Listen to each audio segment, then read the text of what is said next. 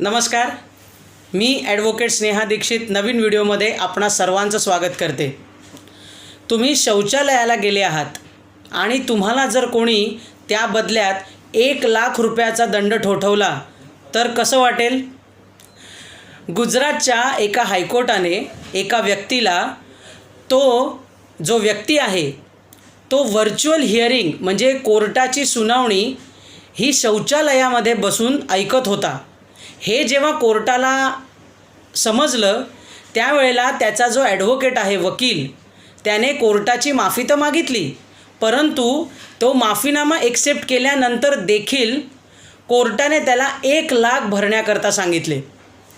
लक्षात घ्या, कोर्टामध्ये पाणी पिणं किंवा कोर्टामध्ये टोपी घालणं ह्या गोष्टी तिथे मान्य नसतात, कारण तिथे जे जज साहेब आहेत ते सर्वात मोठे असतात।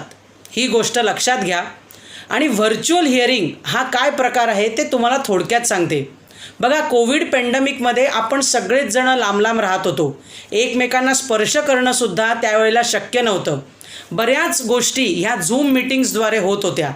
हीच पद्धत कोर्टाने देखील एक्सेप्ट केली आणि जे लोक लांब राहतात, ज्यांना खूप प्रवास करून कोर्टाची 1 तारीख येऊन अटेंड करावी लागते, अशा लोकांकरता हे व्हर्च्युअल मीटिंगचं प्रावधान जे आहे हे न्यायालयाने मान्य केलेलं आहे। त्यामुळे तुम्ही लांब राहत असाल किंवा तुमचा जास्ती पैशाचा खर्च होत असेल, इतका लांब प्रवास करून येऊन तुम्हाला फक्त तारीखच मिळत असेल, तर कोर्टाला ॲप्लिकेशन दिल्यानंतर तुम्हाला व्हर्च्युअल मीटिंग म्हणजे फोनवरनं किंवा लॅपटॉपवरनं एक लिंक पाठवून कोर्टामध्ये आपली जी केसची सुनावणी आहे ती ऐकण्याची मुभा असते।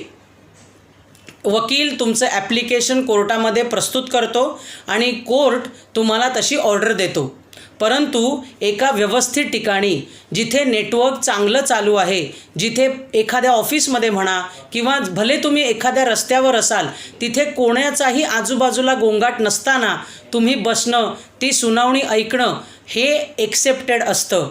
परंतु शौचालयामध्ये बसून जर तुम्ही कोर्टाची सुनावणी ऐकत असाल तर हा कोर्टाचा अतिशय भयंकर अवमान आहे, लांछनास्पद गोष्ट आहे। आणि म्हणूनच आज निव्वळ शौचालय करताना त्याला 1,00,000 रुपयाचा दंड भरावा लागला। व्हिडिओ कसे वाटतायत ते जरूर सांगा। चॅनलला सबस्क्राईब करायला विसरू नका। धन्यवाद।